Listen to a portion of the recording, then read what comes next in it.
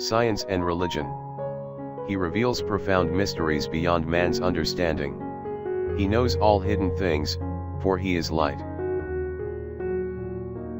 Daniel chapter 2 verse 22. The fact of the matter is that science and faith complement each other, and there is no conflict between true science and true religion. Together they give the best foundation for wholesome faith and courage for daily living. When Galileo, the father of modern science, discovered that the earth revolved, instead of the sun moving around the earth, certain religious leaders were greatly disturbed.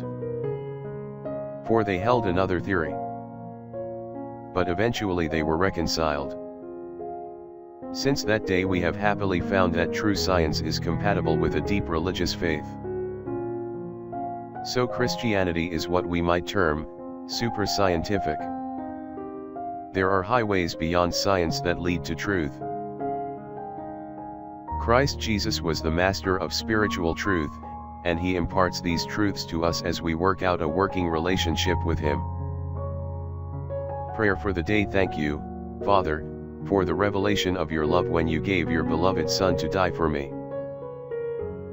Nothing science will ever discover will surpass this divine miracle.